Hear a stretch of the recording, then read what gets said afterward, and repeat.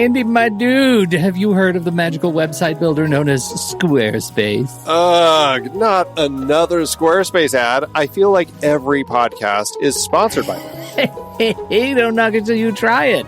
Yes, okay, it is overhyped, but actually it lives up to the hype. Squarespace is like a website fairy godmother. With a click of a button, your site transforms into a beautiful masterpiece. A website fairy godmother? That sounds interesting. What makes it so magical? Well, for starters, those slick templates make anyone look like a professional web designer. Pick one, customize the colors and fonts to match your brand, and voila. Plus, the drag-and-drop fluid engine is so easy, your grandma could build a site on Squarespace. Well, she did knit me a lovely scarf last Christmas. Maybe website design is next. Exactly. And when you're ready to sell your Nana's handmade scarves online, Squarespace has built-in e-commerce. Add a store with one click. Get flexible payment options. Then watch those sales roll in. And when she wants to teach others her steezy scarf skills, Squarespace's new courses feature is just the ticket. Nana can set up her curriculum and enrollments and payments in a snap and become the next e-knitting influencer. Oh, wow, you really sold me with the grandma angle. Sign me up for that free trial. Just go to thenextreel.com/Squarespace and transform your site into a beautiful Squarespace masterpiece. Well, thanks, Pete. Even though it's overhyped, Squarespace actually sounds perfect for Nana's site's needs. Appreciate the warning on the ads, though. I'll brace myself next time I listen to a podcast. Anytime. Let me know if you need any help getting that site up and running.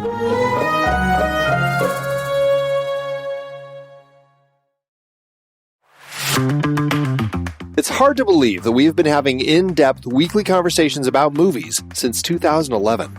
So many great conversations over the years about so many great movies. All that said, producing this show week after week requires a ton of work behind the scenes. Becoming a Next Reel member gives you access to all sorts of additional and exclusive content. Plus, you're helping us keep the lights on. Just head to thenextreel.com/membership, where you can learn more about becoming a member, which costs a measly $5 a month, practically the same as one fancy coffee drink. And you get so much more. Every month, we record a bonus episode exclusively for members. Those episodes cover movies from whatever series we're covering at the moment, or add to previous series. Some movies we've covered that only members get to hear us discuss include The Blues Brothers, The Russia House, Naked Lunch, Independence Day, The Hot Rock, and Relic, the better one. Plus, members get to vote on what we're going to discuss for those episodes. We also record additional pre- and post-show content in regular episodes that only members get to hear. Like conversations about similarly themed movies. And answering listener questions from our live member chat. Speaking of our live member chat, we record almost all of our episodes in Discord, where members can chat right along with us live. Members get access to other members-only channels in our Discord community as well. On top of all that, members get all episodes a full week earlier than everyone else in a private Next Reel feed just for them that includes all the shows in the Next Reel family. The Next Reel, the Film Board, movies we like, Sitting in the Dark, and more new projects on the way. To top it all off, members don't have to listen to ads. We've already eliminated those annoying, dynamically inserted ads that, let's face it, we all hated. We are listening to you. We love podcasting for a living, and those ads help to pay the bills. Now, we're counting on you, dear listener. We promise. We aren't going back to those terrible, dynamically inserted ads that don't relate to us at all. All we ask is that you consider supporting the Next Reel family of podcasts with a membership. Again, it's $5 per month or $55 per year. Just head to thenextreel.com/membership. thenextreel.com/membership. Get your access to early, ad-free episodes with bonus content, member bonus episodes, and access to member channels and live streams in Discord by signing up today.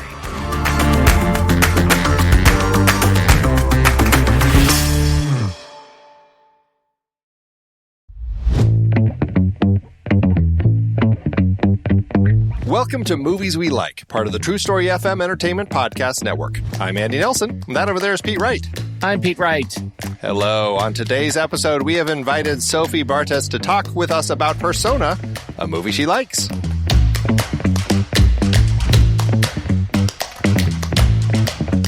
Sophie, welcome to the show. Thanks for having me. We are thrilled to talk with you. About this particular film, which is a big one. It's a big conversation to be had. Jumping into Ingmar Bergman's persona for such a short movie. Oh, talk about somebody who is effective at packing a lot into a 90-minute film. Wow, crazy. Before we jump into that, though, let's talk a little bit about you and get to know you.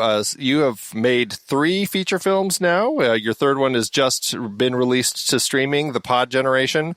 And I definitely want to talk about that because it has so many things in my head. Like, I am so afraid of that future.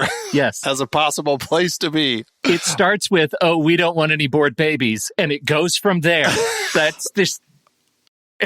It's problematic. Coming to us. Yeah. Someone who streamed the movie actually recently contacted me saying he was developing this technology and wanted to talk to me about the ethical implications. Ready soon. No. Yeah. Don't answer the call, Sophie. Yeah. Don't answer the call. But I find it so fascinating, though, because clearly, like, looking at that film after what you had done before that, which was Madame Bovary and Cold Souls, kind of backward chronological order, it's clear that you have this fascination with stories that deal with, like, character psychology in situations. Every single one of them is a different time period. Well, I say that. Cold Souls kind of could be pretty close to the world of the Pod Generation, but I have a feeling it was kind of like the weird Charlie Kaufman modern world. This is kind of the way I read it. But they're all different time periods, but clearly you have this interest in tackling, like, character psychology and the kind of the choices that they're making in their own lives because of how they're feeling inside, and kind of like then, of course, how all of that expands into everything else going on around them. And I guess as a starting place for this conversation, getting into the world of coming up with these stories and directing these films, what's your, like, how did you start? Like, where did you come from as somebody who is, like, before you started film school? What was it that kind of drew you into telling stories like this? Well, I think if I try to think of the common theme between the 3 films, it's probably our relationship to consumerism and the commodification of everything. So in Cold Souls, it's about the commodification of the soul that can be extracted and sold and replaced. And in Madame Bovary, it's also the first time a writer was talking about credit and consumerism in the 19th century. And the Pod Generation is about what tech is going to do to us as human beings and replace us little by little in order to commodify the brain and the mind. So I guess it's a subject that it's been in my mind since I moved to New York. I came here. I still have my very strong French accent. It's been embarrassing 22 years later, but I came to study at Columbia University and I studied film and journalism. So I was coming more from a documentary and journalism background. But then I gave myself 5 years after film school thinking if I can make a feature within 5 years, I'll stick with it. And if not, I'll go back to do journalism.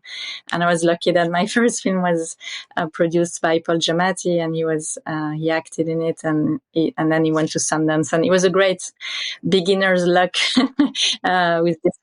But yeah, I guess that's maybe the theme that interests me to explore in America.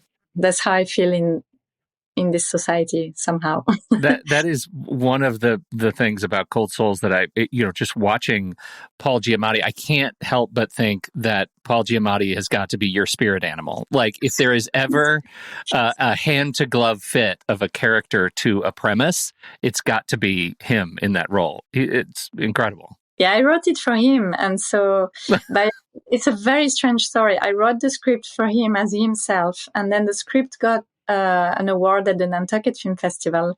And Paul Giamatti was there to give an award to Alexander Payne for Sideways. And I told him, I wrote this for you. And he thought I was completely crazy. and then it was like, it's based on a dream I had. And in my dream, it was actually Woody Allen who had a soul that was the shape of a little chickpea. And he was like, oh, I also write my dreams. And we started talking about our dreams. And then the Monday, he was like, I want to read it. And him and his wife had a production company. And so I gave them the script, and 24 hours later, they said, we want to produce it, and Paul wants to be in it. So I guess this was really beginner's luck. It never happened again. That's amazing. That's amazing. Pete's right. He is so perfect in the role. And not only is he perfect in the role, but then you go and you include Uncle Vanya in there, and it's like, he kind of is perfect in that too. Like, he fits all of that so well.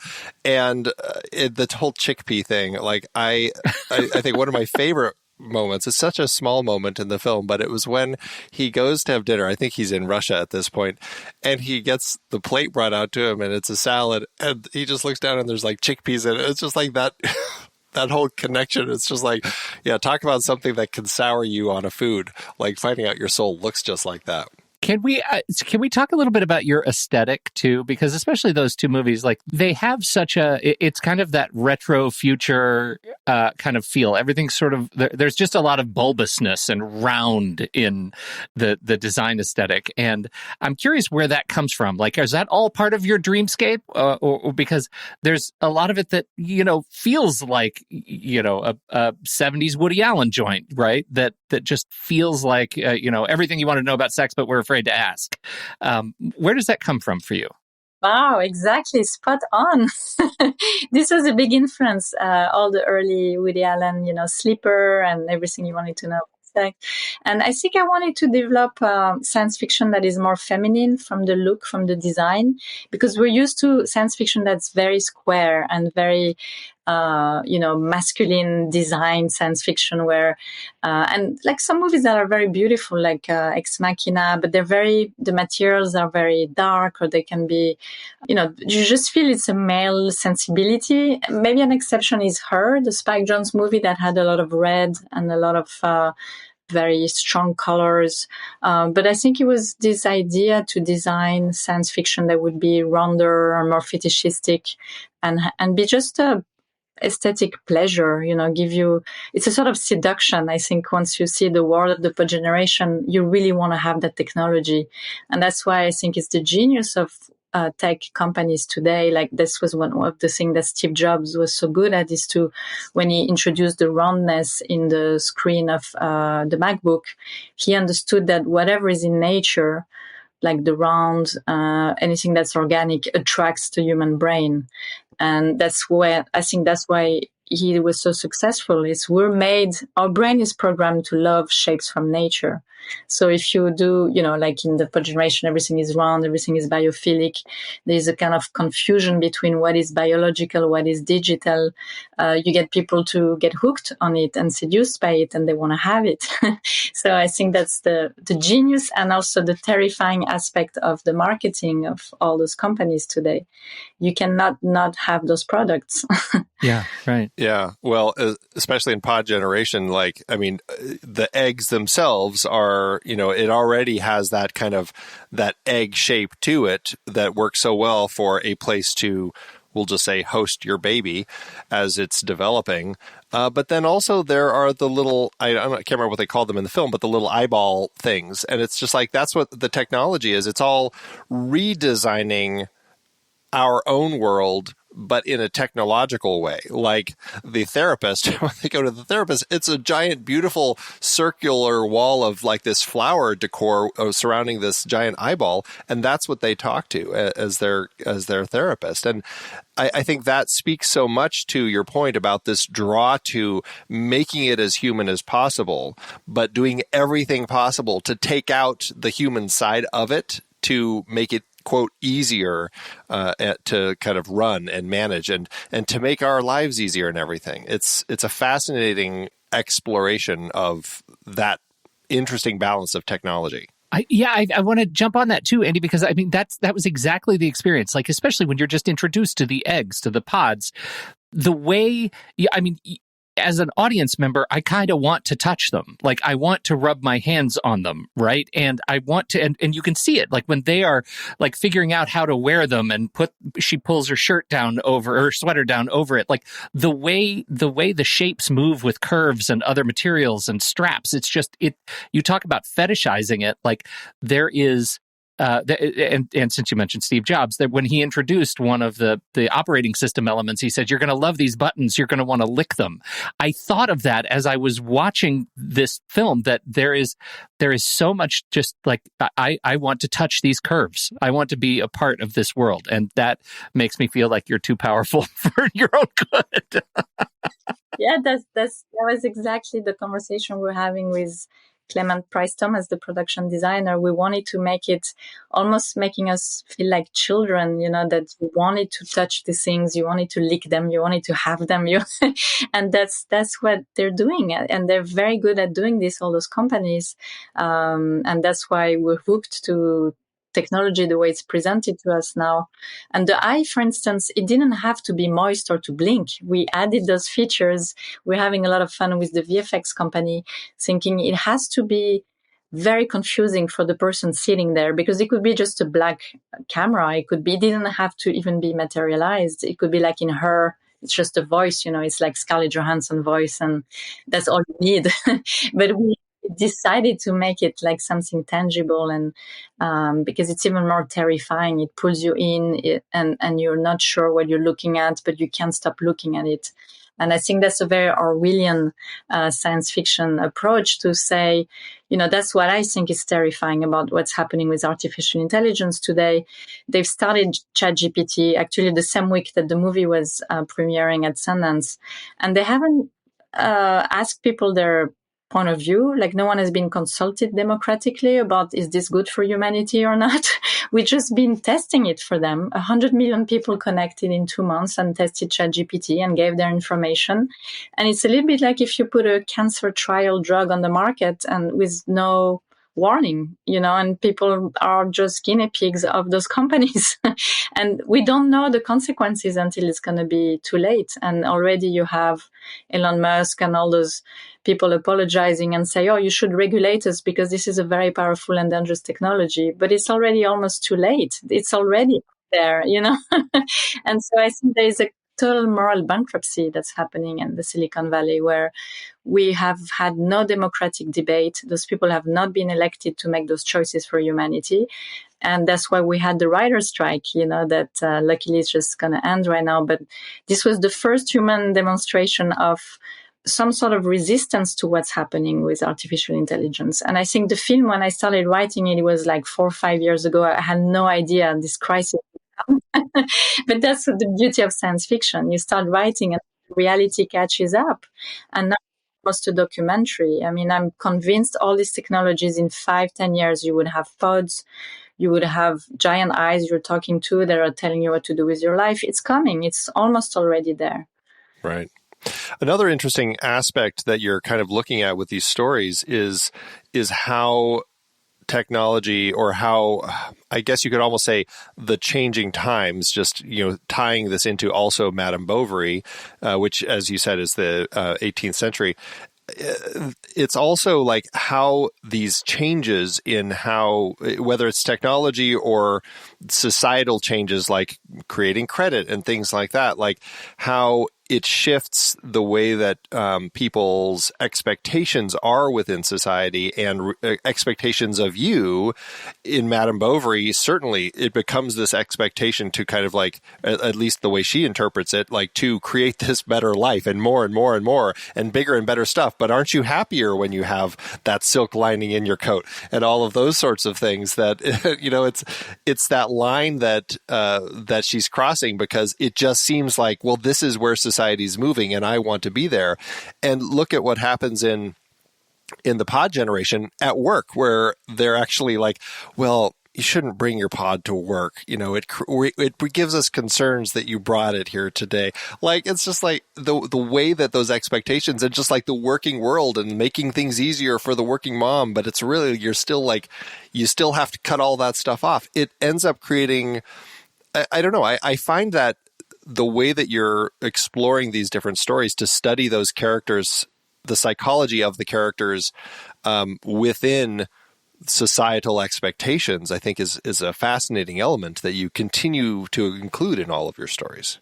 Yeah, thank you. Well, I think, Flaubert said it that he was trying to explore the French society in the 19th century and the birth of capitalism before capitalism existed, but he was pretty visionary. And, when she talks to this man who wants to sell her all these dresses, she has no idea what credit is. The concept of credit didn't exist. It was the birth of credit. And once people start to live beyond their means and be in debt, that's when the vicious circle of consumption starts. And that's why I was so fascinated by that story, that it was so modern that he could envision what capitalism was going to do to us. And I'm not anti-capitalistic or Bolshevik or whatever, but there is an enlightened capitalism where, and I think right now capitalism has taken a turn that is very much based on inequality. Like there's 1% of people having 99% of the resources. It doesn't seem very normal, and the growth is not capped. So it's growth for the sake of growing. And that's what I was trying to explore in the pod generation, that if you let those companies without any regulation, they're going to do whatever they want. And it's a little bit the same allegory in Oppenheimer, where, Hitler commits suicide and they look at each other and they say, should we continue building this bomb? And they're like, well, we've come so far, we should continue. And it's this idea that the hubris, you do not stop because there's no regulation and no one is telling you to stop. So you continue. That's a very human thing, and that's, I think, the beauty and the strength of America as a country. It's a country of innovation and constant creation and love of, going forward. But it's also very scary because it does feel a bit like Mad Max Fury Road, where you're going straight to a wall at one point. And it happened with social media. Like they didn't regulate anything. And then fast forward a few years later, they're like, oh, this is messing up with the election. We have a mental health crisis in teenagers. And then you have Mark Zuckerberg at Congress saying, oh, we had no idea. And it all feels the same story is repeating itself now with artificial intelligence, that we're not regulating. Europe is already regulating pretty hardly. And in America, we're waiting for the crisis to happen. And then there's going to be a panic and then it's going to get regulated. But it's interesting to see humanity repeating the same mistakes every time and not learning from history. Well, the rule, I think, of modern capitalism is that the stop signs always go up after the accident. I think that's right. Haven't we learned that? I think that's settled science. Yeah. That's right. Well, certainly the American way. Yeah, right. We've nailed it. No right. notes, America. Pros at that. Oh, my gosh. All right. Well, I think this is a great point to switch our conversation over and talk a little bit about this intense film that you brought to us, Ingmar Bergman's Persona. In these words, the leading film critics of Europe have honored Ingmar Bergman's new film, Persona. Persona is a knowledge, a terrible knowledge of our loneliness, our estrangement, our inability to reach one another. It is a confession of our fears, of man, of failure, of death.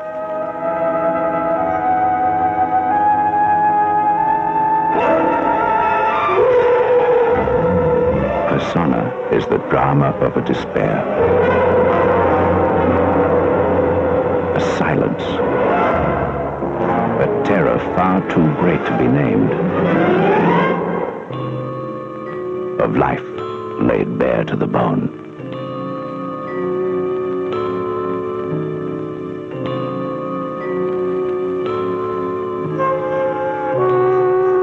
It is a drama of the skin sensitivity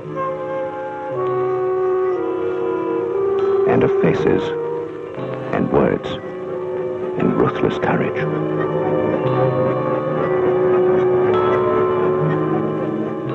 Persona is an illusion shattered.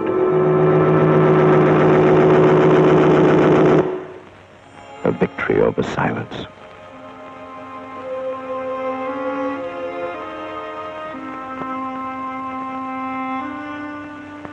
The new film from Ingmar Bergman, Persona.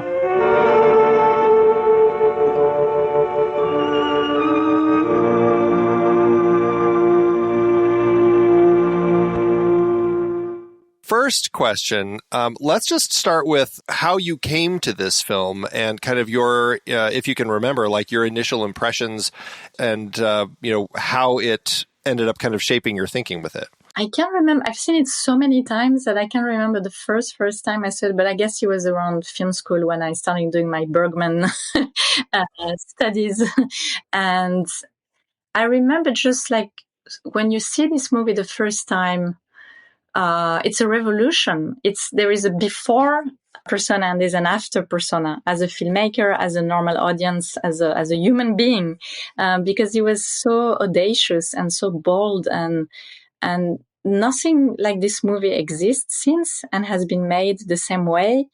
And I think it's been ranked by a lot of critics poll as one of the 10 masterpieces in the history of cinema. And I was surprised. I was doing a little bit of research before the podcast and I didn't even know all this. I knew it had made a very strong impression on me.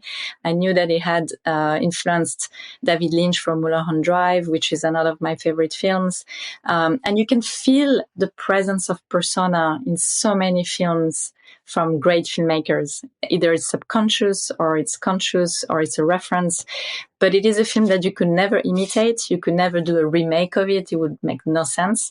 It's a film that has permeated, I think, the mind and the soul of many filmmakers. And every time I watch it, I rewatch it for this talk yesterday. You can always see it differently. There is no one possible explanation for the film.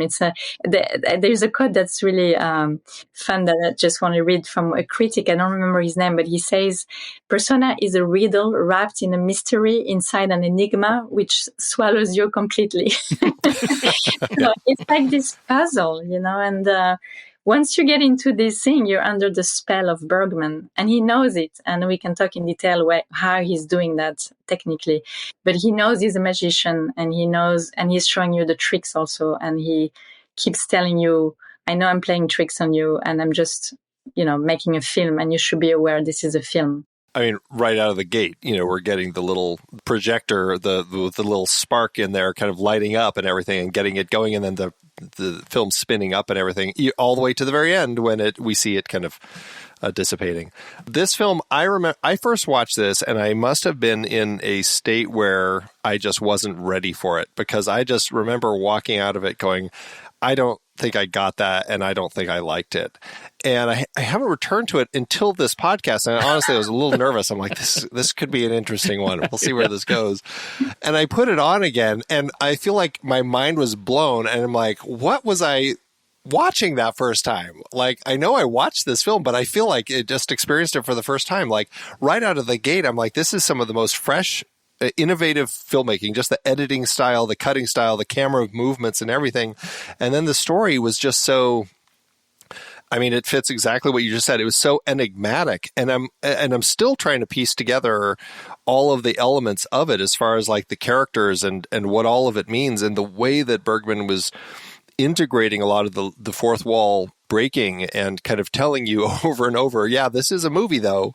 And so I found it to be such a fascinating experience, and I'm already like, I can't wait to go watch it again just so I can start looking at all the images again and like really kind of putting all these pieces together.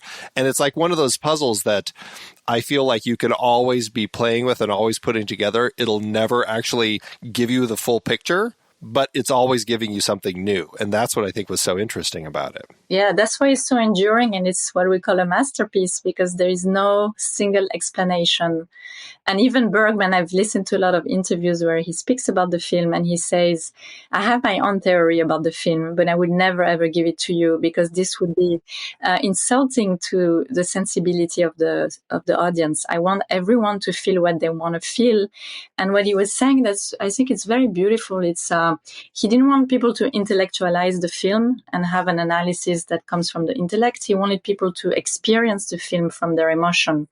And the film does work at a very visceral, emotional level where you're very shaken by it and you don't know why. and he's pushing those buttons in your soul, in your subconscious, because he opened his soul to the audience. So it's a soul to soul conversation.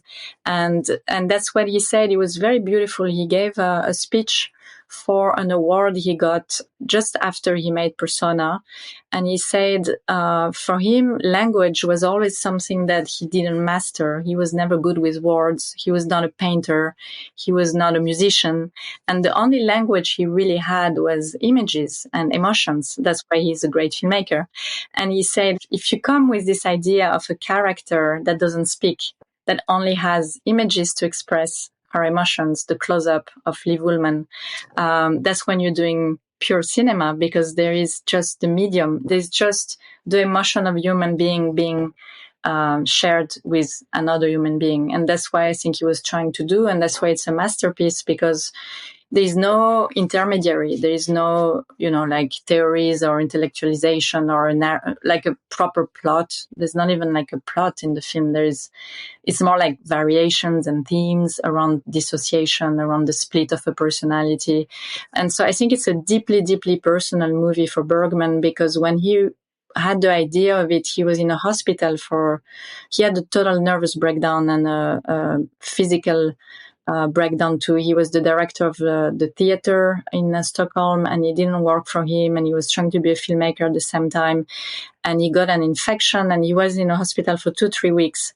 And I think he went into this sort of crisis thinking, I need to be truthful to what I want to do, and I need to search for the truth. And what's the best way to search for the truth than stop speaking? And so I think he is, in a way, if you look at what happened in his life at that time and how the movie came to be born, he says it came from a dream. It also came from a picture he saw of Liv Ullmann and Bibi Andersson together. And it came from the feeling of being in that hospital. And all this together gave birth to that very strange film. And I think it's, the silence is probably part of him. And the movie he had made before was called The Silence, which I don't know if you've seen it, but it's also a masterpiece. It's about two sisters that have a very strange relationship and a neglected son. And also they don't speak to each other. So there's already those elements were there, but Persona is taking it to a level of modernism and experimentation that he had never touched before. So he said that in a way, Persona saved his life because he was in a turmoil, artist, and it was his artistic salvation. And for him, there was a before and an after of Persona. Just like for us, yeah.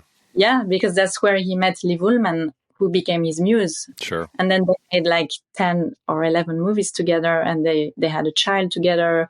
Then they separated, but they continued collaborating. And she was probably the most important collaborator in his life. And they met through that movie. It was the first time they worked together, and he completely fell in love with her doing the making of that movie. So there's so many things around this movie.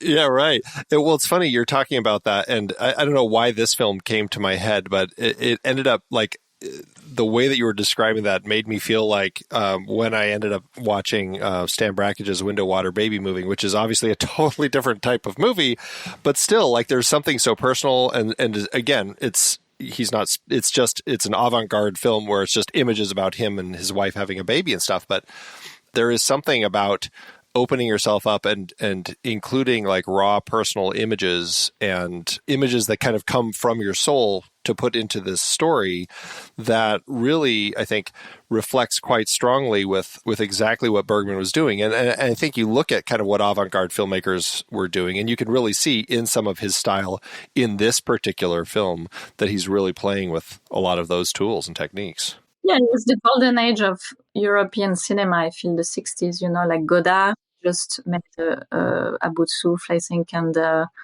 Buñuel was also experimenting a lot. Although Bergman always says he didn't like Godard's work at all, but I do feel there is some sort of similar technical elements in the modernity, in breaking the fourth wall, addressing the camera, the composition of the frames, the beauty, the aesthetic. There are some similarities maybe from the time, what was happening in Europe aesthetically. Also Fellini, Antonioni, they're all kind of linked in this kind of, I would say, Jungian movement where the artist had to reconnect his animus and his anima, the feminine and the masculine part.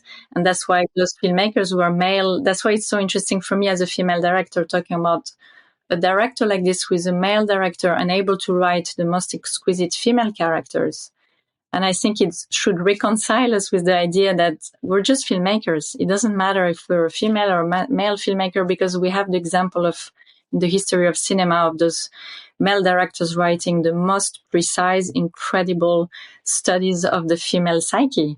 And maybe it was part of him that, there is this feminine elements in him that he was exploring through those female characters, or he was hiding behind female characters to talk more about himself and using it as like a sort of mask. But whatever he did, he created those extraordinary muses. And I think we should not forget, because the debate today, I feel, is becoming a little bit silly about, if you're a male director, you cannot write a female character. If you're not, it's just becoming very annoying, the conversation sometimes. Sure. Yeah. One of the things that really sticks out to me, and I'm curious as a filmmaker who's, again, I'm leaning heavily on production design and aesthetic. What is it that inspires you about this movie? Because this movie is an exercise in narrative and production austerity measures, right? Like, the thing that jumps out to me after an hour and 23 minutes with this movie is, how the hell did he do that to me with so little on screen, right? Clear testament to B.B. Anderson and Liv Ullmann, but I have to imagine that puts you as a filmmaker in a unique place. Yeah, the aesthetic experience of this film is, I think, unparalleled. Like, very few filmmakers are able to do this with so little. And what's interesting is like the happy accident in filmmaking, because I read that they started to shoot this in a studio in Stockholm for 14 days, and it was a disaster. Nothing worked. All this footage was thrown and useless because Liv Ullmann was very nervous. It was her first time working with Bergman, who was already a god in Sweden. B.B. Anderson had a lot of dialogue, and the mood in the studio was very heavy, and Bergman was feeling he had no clue what he was doing. And he got very nervous. And then he was like, that's it, we're going to Faro. And this was his island. And I think, again, it's incredible because it's a meta movie, because this is what happened in his life too. When he was in crisis, he moved to that island and lived in that island and made many movies in that island. But to make this movie happen and to capture the aesthetic and the beauty of this kind of chamber sonata in the middle of this nature that is so raw and beautiful, they had to go to this island. And once they reached the island, the movie was coming together. They could feel they were doing good work. The framing, like the light, they just felt something was working. And you see, like, the way he approaches, like, he had this conversation with his cinematographer, Sven Nixby. They decided that medium shots were boring. They're not going to have any medium shots. So they decided it was going to be extreme close up, and very wide, very long takes.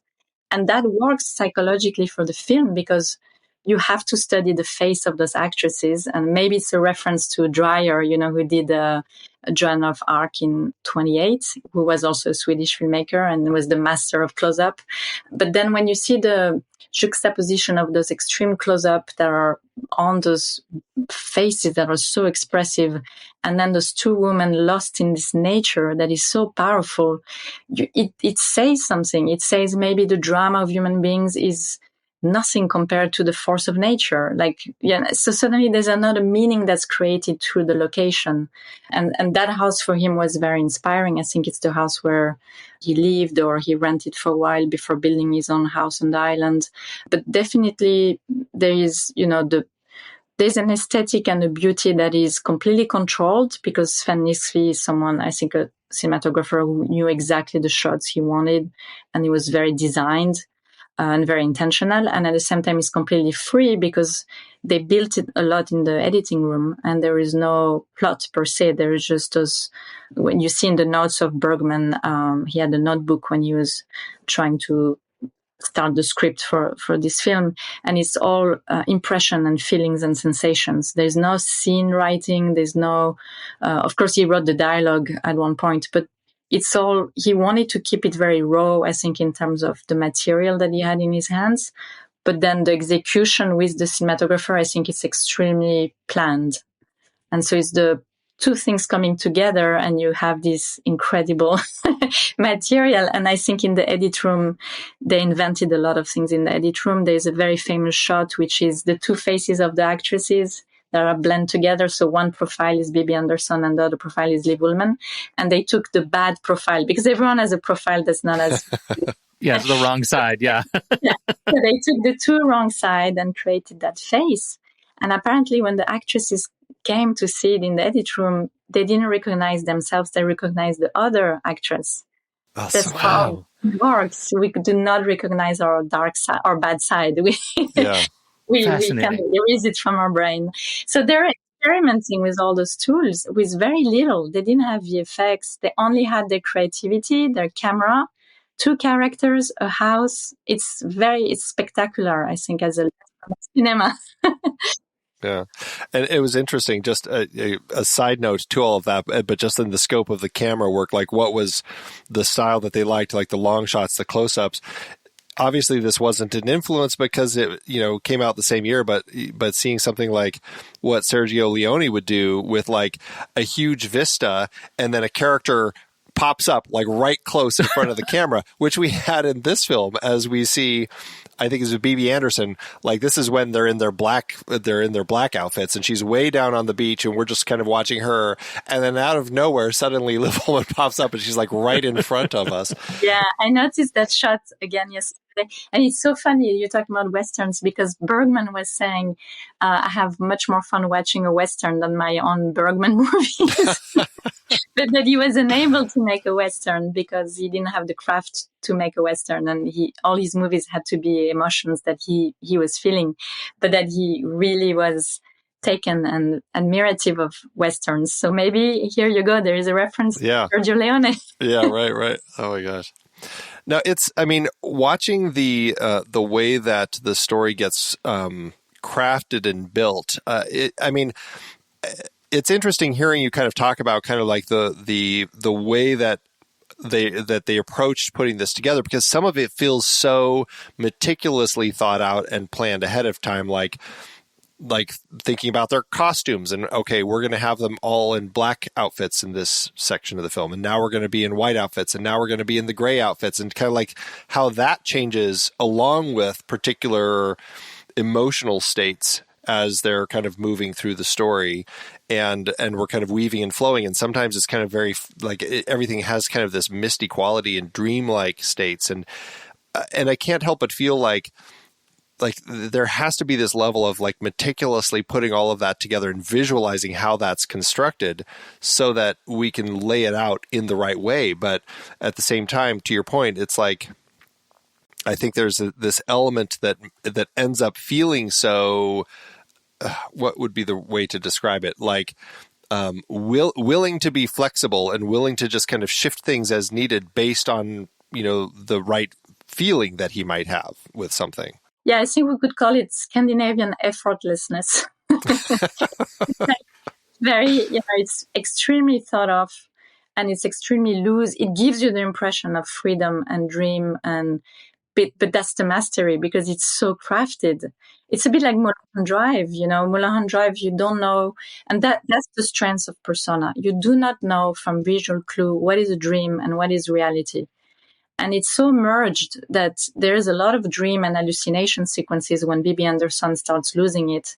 And you see Liv Ullmann is coming at night and in her room, and then she walks away, and she turns at the same time that Liv Ullmann. They both turn at the same time to look at each other. This is, I feel, is a dream or an hallucination or a vision, but there's no real clue or there's no indication. So maybe the whole movie is a dream. Maybe, he's telling us it's a dream within a dream. It's a Pirandello theater play. I also read he was very inspired by August Strindberg.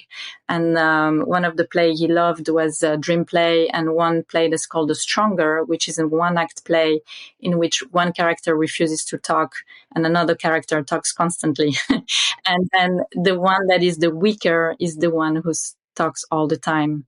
And at the end of the play, the character who is winning and has the most power is the one who was silent during the entire play. So for sure he was inspired, and he said himself he was very inspired by this play. But then it's the Bergman, it's completely original because it's whatever influence he had, he made it his by the craft and by the vision. And just like the frames, sometimes you have, there's this moment where Liv Ullmann is looking at the camera on the right of the screen, and then on the back you have this sort of hallucination of Alma, the nurse, with the husband of Elizabeth, and they're having this affair, and she's there witnessing it, but witnessing it from her back. She's not looking at it, but she can hear it. And this was completely incredible to do this, because it could completely not work, but it does work in a very strange way. And you're completely hypnotized because you do feel as a viewer that you're a voyeuristic person and you shouldn't be there watching this, but you can't stop watching it. So maybe it's also, the premise of all the cinema of Michael Haneke that is also about voyeurism. And I think this opened the door to so many possibilities in cinema just by the pure bold aspect of making those frames and saying, I'm going to put 3 characters in a frame and they're doing different things and they shouldn't even be in the same frame, but I'm going to do it. And as Bergman, I mean, he's, the master of audacity, I would say. Can I ask a question that just really puts me in the corner of the dummy? I'll be the dummy. As somebody who loves the film, what's the deal with the entrails in the beginning? Like, what is it because Bergman has made this really beautiful portrait of these people, but opens the film, and I think this is what gives Bergman that sort of the perception that Bergman's films are impenetrable, is because some of these avant-garde tropes literally put a frame block on the narrative that is to come. And the opening of this movie starts with poking at the eyeball of the cow or whatever the animal it is, and then the spilling of the entrails. And I'm wondering that they're so fast; those shots are incredibly, brief and shocking. And I am curious your take on the purpose or purposelessness of including shots like that before a story that arguably stands on its own. Is that an argument that could be made? Yeah, I think it's completely deliberate. He wanted to shake you. He wanted to jolt you awake and be like, you're in a dream, but you're fully awake, and you're going to take this dream full on, and it's going to be disturbing. And the images you see are doing something to your emotions. They're not random. I mean, he said once in an interview, they're just boring random images. I couldn't come with anything more creative. But they are visceral images Ingmar. that disturb you. I think that's what he wants to do. He wants to put you in a very uncomfortable position as a viewer. And he's telling you, I'm a magician. I'm doing tricks on you. I'm going to play tricks on you. But, hang on. And you're going to look at my soul. I think he's playing with the subconscious when he puts those juxtaposition of images that are pretty violent. They're beautiful, but extremely violent and disturbing. He probably knows, because he's done 25 films before, that doing this to a viewer is going to disturb you, and it's going to put you on the edge of your seat, and it's going to grab your attention, and you're probably going to be in a different mood than watching 2 beautiful women it would be a very interesting experiment to remove this montage and start the movie in the hospital and what it does to you. But I think he was trying to position himself as a very modernist, avant-gardist filmmaker with this film, saying, we're not going to watch a normal story with a beginning, a middle, and an end in the classical way. I've done many of those. This is going to be a completely different experience. And come with me, and let's see what happens. He didn't even know, I think, at the beginning what would happen to people watching this movie. But I think he was just, opening the door from a modernist approach to cinema, where things don't have to always be linked to the narration. It doesn't have to be part of the plot. You can, and then so many other filmmakers did that after. You can just try to talk directly to the senses and to the soul and to the emotions, and it's not part of the story, and it doesn't really matter. And so I think he was conscious always in his movies to connect to the maximum amount of people. But for this film, he said he was making this film for himself as a salvation. And then he was surprised that so many people connected to the film. Your perspective on it, I think, makes total sense to me, especially when you pair it with the experience of like his notebooks and talking about how he writes in sensation and feeling. Because to me, I can imagine him sitting in the booth looking at coverage and thinking there is no other emotion-shaped tool for me that I can use than this of violence, like this shot of violence. This is the only thing that triggers me to get to the place I need to be to watch these women have their experience together. I mean, it makes sense, but I think that's what gives the film the reputation of being for the cineists, for the people who like to experience and think so deeply about film, and makes it less popular and impenetrable for a lot of people. I think that's always good. I mean, I think there's definitely that read of that probably came from this time of the art house, European art house cinema that always was, people were ready to spoof in whatever ways possible. Yeah. We've seen it countless times even I think The Simpsons did something where it's just like the black and white. Once you go black and white and contrasty and the shots, characters aren't looking at each other, then suddenly it's this art house thing.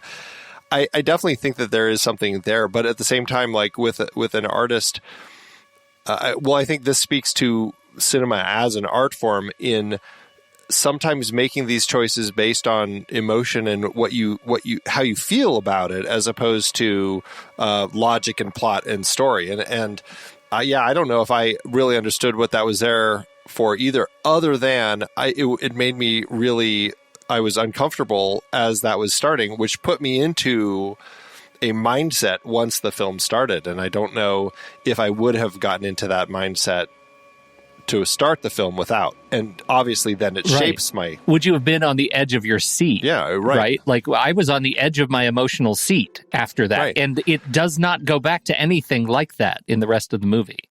The most intense sequence in the movie for me, beyond that opening montage, is waiting to see what Bibi's going to do with the glass that breaks on the patio, because that is such an experience of raw, like, consideration, like raw human uncertainty, that she does not know how she's going to handle all the intensity that she's feeling toward this other woman, and watching that play out on her face and in the way she kneels and in the way she picks up the glass and in the way we have to wait with great anticipation for the yelp of pain later. Like, all of that plays out so significantly to me in just another way of heightened emotions, but it never gets back to the sort of vileness of the first, 50 seconds of the movie.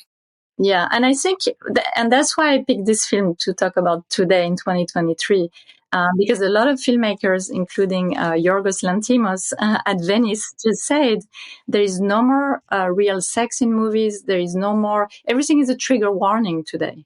So imagine the filmmakers of the 60s and 70s that were bold and audacious and working with the stuff of being a human being, which is we do have violent thoughts inside of us. And the more you repress things, the more they're going to persist and grow in size if you don't look at them. And the cinema, like now, there's trigger warnings for everything. And I was reading an article in The Atlantic that was so interesting about American teenagers being unable to confront the discomfort of art because they're so used now to warnings about everything that if you show them a piece of art like Persona, it would be really interesting. They're highly disturbed and they can't take it. Because they evolve in this little cocoon of everything is a warning, everything as you have to stay in the comfort zone of what you know and doesn't make you feel, but that's not the art function. And Bergman was a true artist in the sense that he was looking at the complication of the human soul and the darkness and the light and the beauty and the love and the tenderness, but also all the dark thing. And it doesn't have to come always with gun violence or with other type of violence we're seeing in movies today. It's a violence that's so out there, but it's actually, you're immune to it because you've seen it so much. But then when you see real psychological violence, of symbolic violence, you don't know how to deal with it because the movies are not doing it anymore. And so that's why I wanted to bring this movie back into, let's talk about those images. And to go back to another film that I think it's very disturbing, that the images were not shown, and they're shown in this film. We're seeing a man being burnt. We're seeing a kid in Auschwitz being arrested in the ghetto. And talk about a movie like Oppenheimer, they're not even showing the consequences of the bomb on the Japanese people. It's not shown. That image is not shown. And politically, someone in the 60s, someone in the 70s would have shown what the bomb did to Japanese people, to their flesh, to the children running to. We don't see that. It's like, was it a conversation with the studio about, oh, this needs a massive trigger warning? Like we can't show those images. And that's what Bergman said. He said, if I don't show these images, I'm not doing my job as a filmmaker. I don't need to intellectualize and talk about it for hours. All I need to do is show an image. And when he shows the image of this man burning himself, he was being reproached at that time that he wasn't very vocal about the Vietnam War. And he said, I don't need to talk about the Vietnam War. All I need to do is show one image. And then this will be imprinted in your brain and your soul, and you would have an emotional reaction to it. And by not showing, filmmakers are guilty of not showing certain things because they're trying politically to either be correct or not inflame the situation or... So that's a debate to be having today in filmmaking. You know, what do we show? What do we not show? And I loved Oppenheimer. I thought it's an incredible movie, but I was extremely shocked politically that they're not showing the consequence, because children, like my daughter is 14 and she's never seen those images. I've been to Hiroshima. I've been to the museum. I've seen those images. So I know as an adult what happened. But a kid of her generation that has not seen those images, they have no idea what it did really to people, you know, and that's the duty of a filmmaker, is to communicate this. And that's the strength. And that's why I think Bergman is so bold. He's like, I'm going to show you the real darkness of humanity. And I'm also going to show you how we can redeem ourselves. And so he's trying to show the totality of the human experience without any censorship, I guess. Yeah. We just, on our other show, The Next Reel, recently talked about Rossellini's Rome Open City, which, 20 years before this film, but made right on the heels of World War II. And I can't help but think that there's this sense of also like just that Italian neorealism that Bergman may also have latched onto, that sense of, that was Rossellini filming right after the Nazis had just pulled out of Italy and portraying the Nazis in very awful ways. And seeing them torturing people and everything. It's a kind of a brutal depiction that felt very real. And it's interesting because I think while Bergman's images to a certain extent there's definitely like a hallucinatory dream side to the way that he's putting them into this film. It doesn't have that certainly it's not that neorealist style of filmmaking, but there's something so visceral about them still that I can't help but feel like that's what perhaps Bergman saw in that Italian neorealist style of capturing something that feels so real and authentic. And I think Bergman has found a way to imbue a lot of those with a lot of the emotional weight, like the way that we're cutting from those images, like you said, the immolation to the shot of the kid at the concentration camp and the entrails, all of these different images, they put your head into a mental space that doesn't necessarily connect with the story, but it still is putting you into a space where that becomes part of how you're thinking about all of it. And it's influencing your thoughts on the story itself. It's a fascinating way to put a film together. No, I really like the way you just put that. Like it's putting you in a space for the film, not necessarily with the film. And I think that's important, that preparatory material. It's not like Buñuel and Dali. Like it's just, it really is like, I come into this a little bit with what was the purpose of it? And I'm realizing that's not the question, right? I know the purpose of it. The purpose of it was I had a different experience with these women on screen as a result of how he set me up. Mm-hmm. That's fascinating. Really is. Where do you stand? Are you a Bergman completionist? Have you seen all of Bergman's films? There's a lot. He made like 50 movies. I'm not a fan of the beginning, like all the studio work he did. I've seen some and I fast forward through some in film school because they're very classic. I mean, they have nothing to do with that period. My favorite period is all the 60s. Like I'm obsessed with The Silence. I love Shame. Also, that's an incredible movie about the war. All that period around the 60s, 66, 67, everything he did with Liv Ullmann. I'm a huge fan. But the last one, Saraband, I wasn't that crazy about it. But I've always watched his films just to see what he's going to be doing next. And overall, they're all pretty incredible, you know. He's such an interesting filmmaker because I feel like he's a filmmaker. Maybe I just need to always give every one of his films at least 2 viewings before I make up my mind. For sure. Because like we've covered, I think this is the 3rd one of his films that we've talked about. Cries and Whispers. And Autumn Sonata. Both of which I found so powerful. But like my recollection from seeing them before was like, yeah, they were interesting. But now I'm like, God, they're really amazing. And so it's fascinating to like, I want to revisit some of the others of his that I've seen because I that's certainly speaking to his filmmaking style. I find so many of the visuals, even if I've forgotten a lot of details of the films, I remember just specific images of the movies that always stand out. And that certainly is something that I think is very important. And, you know, I think, you know, speaking to your own work, like the work with his cinematographer for his films and the way that he's crafting the images is meticulous in the planning as far as the way that he's going to construct the images. You know, in your scope of working with your cinematographer through your different films, I mean, what are you seeing the way that like the critical elements of how Bergman is using camera and his cinematographer to specifically latch onto a lot of these elements and the themes and everything that he's bringing forward? Well, I think the encounter with Nick Svit was probably an extraordinary match, you know, with Bergman's sensibility. Sure, yeah. All about their sensibilities. And you see when he lights a face, like the shadows, the work with light and shadow, the way, the drama that he plays with light, it's just exquisite. Very few cinematographers are able to. It's almost, you know, like Munch or Scandinavian painting.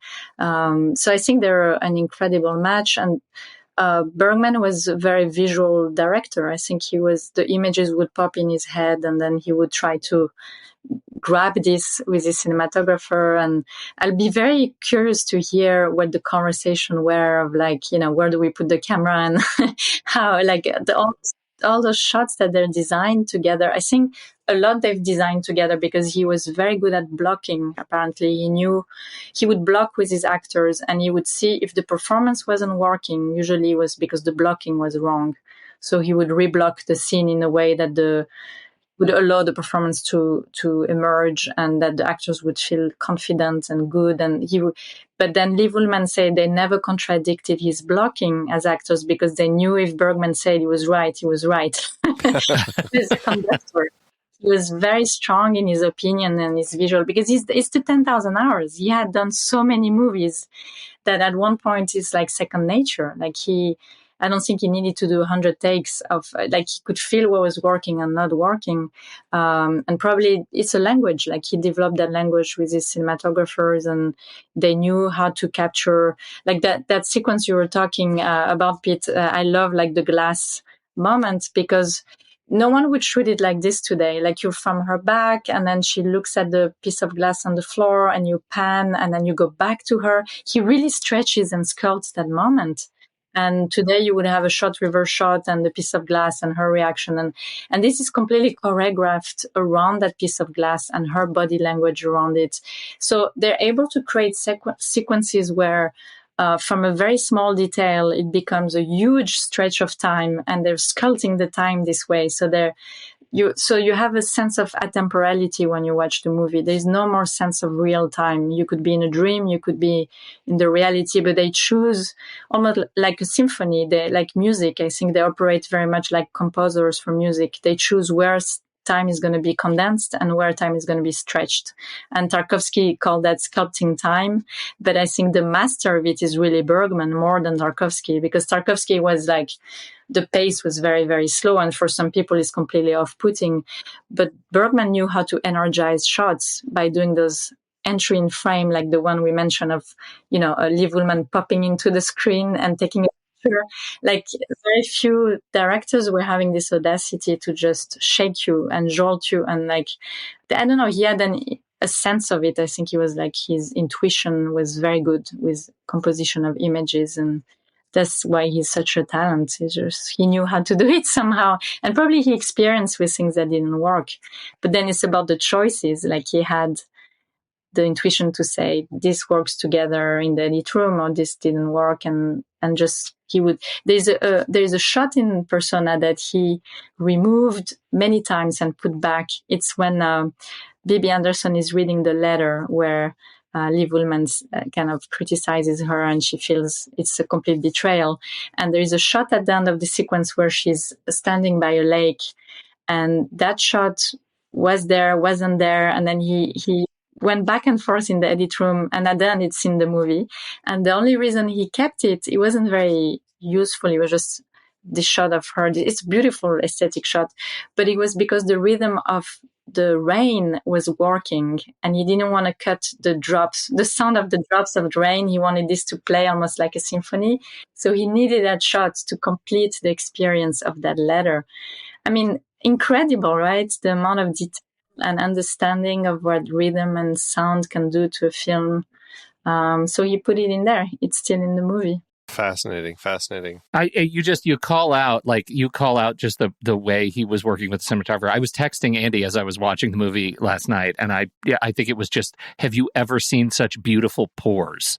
Like just the way they light and capture skin. I just kept thinking, I wonder if Sophie ever sat down and said, I want you to capture every pore in Giamatti's face. Like, that's what I want. I want all Giamatti beard pore. That's so gross, but Bergman made it work. Yeah, because they probably have very little makeup and it's shot on film. And today you can't even do that with most actresses. They want tons of makeup. You're shooting in digital, so they're more exposed because the digital reads more wrinkles and all this. So they have to do retouch in post-production. So what about being so naked like those actresses? They're not naked. Their body's not naked, but their face is so naked and they're so human. They don't have Botox. They don't have plastic surgery. And that's why they're such incredible actresses. They're just using their face as a tool. And okay, they were 25 years old. They were young and beautiful. They were beautiful. Okay. Right. Yeah. But they're not trying to show their imperfection as human beings. And that's why I think, actresses should be actresses, not just to show that they're beautiful, but to show the vulnerability, to show, and it's very, very close to the face. I was also thinking of the pores, and no one lights faces like this anymore. You put frontal lighting, so it kind of smoothens the skin and you don't see all those details. And that's why I think today is so interesting to watch this movie, because it's truthful. It's about the truth. She's not speaking because she wants to reach some sort of truth of the human experience. So Bergman is like, if I'm going to do a movie about truth, I have to be truthful with my actresses and show their, go very close to their skin and show all the imperfection, all the micro expressions. And that's why those close-ups are mesmerizing, because you're reading Liv Ullmann's micro expression for 2 minutes on screen and you cannot stop watching her. That's also a testament of what an incredible actress I was saying that about Paul Giamatti, who I also think is an extraordinary actor. That it's the kind of actors that you could watch looking at the yellow pages, which don't exist anymore, but like just reading some very boring thing, because they're so expressive and they're so minimal in their expression, but that's where you see the soul of the actor in action. It's like, it's the beauty of cinema, it's the magnification of the face, the close-up, and Bergman brought back the close-up to the center of a movie, and then that's all you remember is those faces. Yeah, they're stunning the way that they're photographed, and it is such an interesting exploration in character to have, like, to be looking at them so close so often throughout the film, never hearing Liv Ullmann speaking. Some whispers and things like that, but largely not. Otherwise, it's B.B. Anderson constantly talking. And to the nature of the story itself and that idea of like voyeurism and everything, like we're sitting here watching all of this and we're studying, she's not saying anything. So we're just looking at every little detail of her and constantly thinking about what is she thinking about this crazy sex story that B.B. Anderson is relaying as they're laying on the beach and all of these things that she's thinking about and we're thinking about it and everything. And then we hear this letter and we're like, well, that's not all where I thought she was thinking. And it's such an interesting exploration of what we're getting out of these characters and what B.B. Anderson as the nurse is getting out of Elizabeth, which is completely different. And she's totally misinterpreted how she's using her as she reads this letter. And it's such an interesting exploration in the way we view people, the way we view the world, and to a certain extent impart our own thoughts and feelings and opinions onto them, and which may fit in with exactly what they're doing, and sometimes it does, but also it's a complete 180 to where they were, which I think for us also came as a complete shock when she's reading that letter, which was fascinating to me. Well, a shock because it was like parallel violation. The story she's telling about the sexual escapade is one of violation, right? Like, depending on your perspective, it starts with sort of being sort of playful, but ultimately it is manipulative. And then she talks about her pregnancy and the grief that goes on with the abortion. And that's it. It all becomes sort of a psychosexual physical violation. And then we have this complete emotional violation of the betrayal in the letter. That parallel is not lost as I'm watching this movie. And when you're talking about Bergman's ability to write, I'll just say characters that can tell these stories in a way that is, I believe them. I was with this performance. It didn't feel manufactured. It didn't feel like over sort of masculinely sexualized. I was thinking about it as I was watching this. I was like, okay, Bergman is a dude watching this, but the arc of that conversation that she has with herself is extraordinarily powerful by the time it gets to bed, and the way he uses the camera shooting over her and she cries and whips back over, it's extraordinary. That violation is central to the movie, and thinking more about Bergman, central to his experience making it. It's incredible. And I think central as him as an artist, because one theory of interpretation of this film is that Elizabeth is the artist, is actually the filmmaker. It could be Bergman. It's like, how much do you manipulate people around you to get what you need for your art? What a monster you could be as an artist. And we know that's actually, it's insane, because it's actually the relationship he had with Liv Ullmann after when they started living together. She was the muse, but he completely vampirized her. They lived in the island. He didn't let her see anyone. After a moment, she had to leave. He was like completely destroying her and feeding on her, and he couldn't live without her. She was everything to him. She was the actress in the film. She was the source of inspiration. She was his wife. She was the mother of their daughter.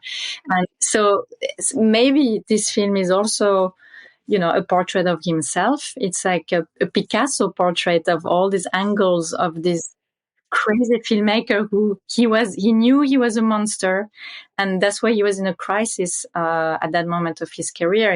He called it a crisis of truth, that maybe he needed to say, okay, what if I just stop using people? But he can't help doing it, because the character is studying this nurse. The nurse is there to help her, but in the process, she's getting vampirized, and physically vampirized, because you see Liv Ullmann sucking on her blood at one point. Yes. So there is like a whole thematic of vampire movie, Dr. Jekyll and Mr. Hyde, feeding on the other person to get better yourself, because you feel that Elizabeth is getting better and better, and that the poor nurse is getting worse and worse and completely losing her mind and being violated and used and manipulated. And this is what Bergman was also doing to his actresses. He was like Picasso was doing that to his muses. He's aware of the male destructiveness in artists, that they need that to create masterpieces. So it's a meta film. It's a sort of psychoanalytical film about, I think, his relationship to his art, and he's super aware of it in a way. And maybe he's hiding behind those female characters to actually talk about himself and his relationship to the people around him, because he was very destructive. To the point where we have the shot when Elisabeth's husband is there, and Alva is like, confused, or she's like, I'm not her. But then Elizabeth is behind her and like takes her arm as like she's guiding her, like she's directing. She's no. Like, it's like, oh my God, this is so creepy. What is it like? I'm like, that is like such a weirdly meta, like stepping out of it. Like, I'm going to direct you how to handle this situation. It's like, yeah, she's maybe she's an actress, but she's also a director of everything that's happening in that house, because she's directing the emotion like a puppet. This poor nurse is like a puppet until she rebels. And then we don't know at the end. She takes a bus. We don't know if she's going to get better, if she completely lost it. We don't know if Elizabeth is ever going to talk again. We don't know anything. Yeah. And so we've watched these 84 minutes and that Bergman would say that it's like, I don't want you to know and solve these. Movies are not like things to solve. They're just things to experience. And then it would stay with you longer if you have no idea what happens to those characters. And if it was an American studio movie, you would have a resolution and you would have to know what happens to those characters next. But that's the beauty of, Bergman and his strength. He's withdrawing that information so tightly because it is about human beings. You cannot solve a human being. There's always going to be changes, and the soul is evolving, and it's complex and complicated, and especially if it's part of him in those characters. How do you solve Bergman? It's like, Yeah, right. you just can observe it. You can live with him. You can go through the same emotions and do a catharsis of your own emotion as a human being, because you can project that similar things happen in your life, in your relationship, but you cannot solve it. There's no answer to it. wow. Andy, how'd the movie do at award season? Did it sweep all the international entrails exhibitions? This film, I think, considering for the time, it probably struck a lot of people as a European art film. It did well for itself. 8 wins with 4 other nominations at the BAFTAs. Bibi Andersson was nominated for Best Foreign Actress for both this and My Sister, My Love, but ended up losing to Anouk Ami in A Man and a Woman. At the National Society of Film Critics Awards, Andersson won Best Actress. It was nominated for Best Cinematography, but lost to In the Heat of the Night. Interesting loss there. I think In the Heat of the Night looked good, but I feel like between these two, I don't know what else was nominated, but I'd absolutely pick this. For sure. Bergman won Best Director and it won Best Film. It was also nominated for Best Screenplay, but lost to Bonnie and Clyde, interestingly, which, strong film. I can understand that. Last but not least, at the Cahiers du Cinéma, they included it on their top 10 list of 1967 top 10 films. And the budget. And I have to preface this by saying, Andy, do you look forward to a time when we actually start talking about movies where you can find budgetary information again? It's been thin lately. Yeah. It has been thin. This certainly was a tough one. I couldn't find anything regarding what Bergman had for a budget for this particular film. What I did find was that it opened in Sweden August 31st, 1966, and here in the States, March 16th, 1967. It looks like it made $250,000 domestically, and what I could find was $90,000 internationally. I don't know if that's just Sweden or everywhere. That gives it, based on what I have, a total gross of almost $3.2 million in today's dollars. Without any other numbers, though, that is all I have. I mean, it's just an absolutely fascinating film. I'm thrilled that you brought it so that we could have a chance to chat about it because I hadn't rewatched it, and I'm really glad I have now because I now have it in so much more awe, really, as to like what Bergman accomplished with it. It's a fantastic and haunting piece that warrants multiple viewings. In fact, have you ever had a chance to watch this on the big screen? This is something that I was like, I would love to see this up on the big screen. Yeah, every time there is a retrospective, I go see it on the big screen because it's those movies that you have to experience, the magnificent close-up, and that size on big screen, and it's so beautifully shot, and it's an experience that you have to have on a big screen. But it's also very powerful just on a TV screen. That's the power of this movie. Yeah, sure. Yeah. It doesn't actually take much to set this movie off, right? Yeah. Still mesmerized, and imagine like how many years ago it's been made, and it's still so relevant and so modern. For even we've seen so many movies, and it's still something that is very fresh. And I'll be curious to see how the new generation, I'm sure it still works I want to show it to my daughter one day and see how, they're affected by it. And I'm sure it's going to endure more decades and decades of life. Yeah. Yeah. Well, that's what's great about great art is that it always finds a way to kind of find a way to remain timeless and kind of keep influencing people. And that's what makes it an incredibly film to talk about. So, Sophie, thank you so much for joining us with this. Great pick. Thank you so much. Do you have a place online where you direct people anywhere where you like Instagram or anything like that, or you try to shy away? I mean, I feel weird asking you that, having just watched the Pod Generation. I'm like, probably not. I'm criticizing it in my film, and then imagine I'm on Instagram. Yeah, right. Right. What's your Chat GPT handle? No, I really think it's poison. I just can't go. I'm doing a series right now. I'm writing a series about artificial intelligence. And the more I research and the more I talk to people that are in that field, the more I feel, we have to laugh about it. Otherwise it's too depressing. But I do think all these things have been very poisonous to our generation, not that much, but to the younger generation. So yeah, I'm not not a prehistorical figure. Yes, right. No, totally fine. Well, we will certainly include links for your 3 features in our show notes for this, so that people can check them out, because they're all worth watching and interesting films to pull a lot from. So, Sophie, thank you again. We had a great time. It was a pleasure. For everybody else out there, we hope that you liked the show, and certainly hope that you like the movie like we do here on Movies We Like.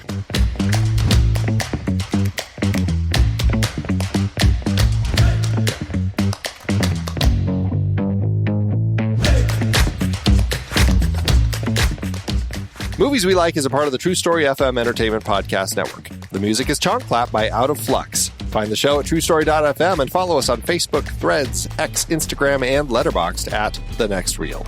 And if your podcast app allows ratings and reviews, we certainly appreciate it if you drop one in there for us. See you next time.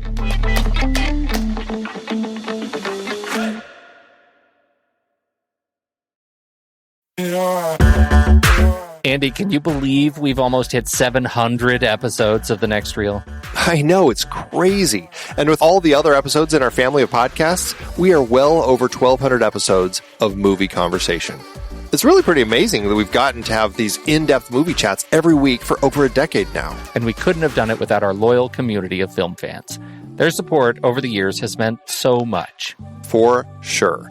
That reminds me, we should give the merch store a shout out. Buying shirts from thenextreel.com/merch is a great way listeners can continue to support the show.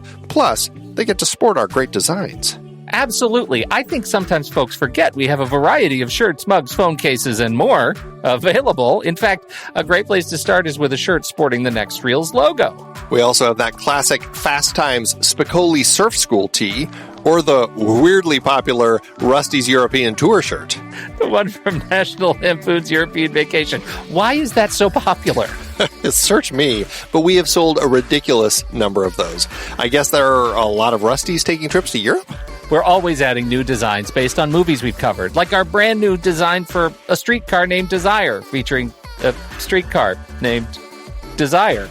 So if you want to rep your love of TNR and films, head to thenextreel.com/merch. Every purchase helps us continue to have these weekly in-depth conversations. So visit thenextreel.com/merch today. And as always, thanks for listening and being a part of the Next Reel community. We've got lots more great movie chats coming your way. I love having these wonderful chats on movies we like with all these industry guests talking about some of their favorite movies. So many great conversations on that show about so many great movies. We have so much fun having these conversations, but producing the show week after week does require a lot of work behind the scenes.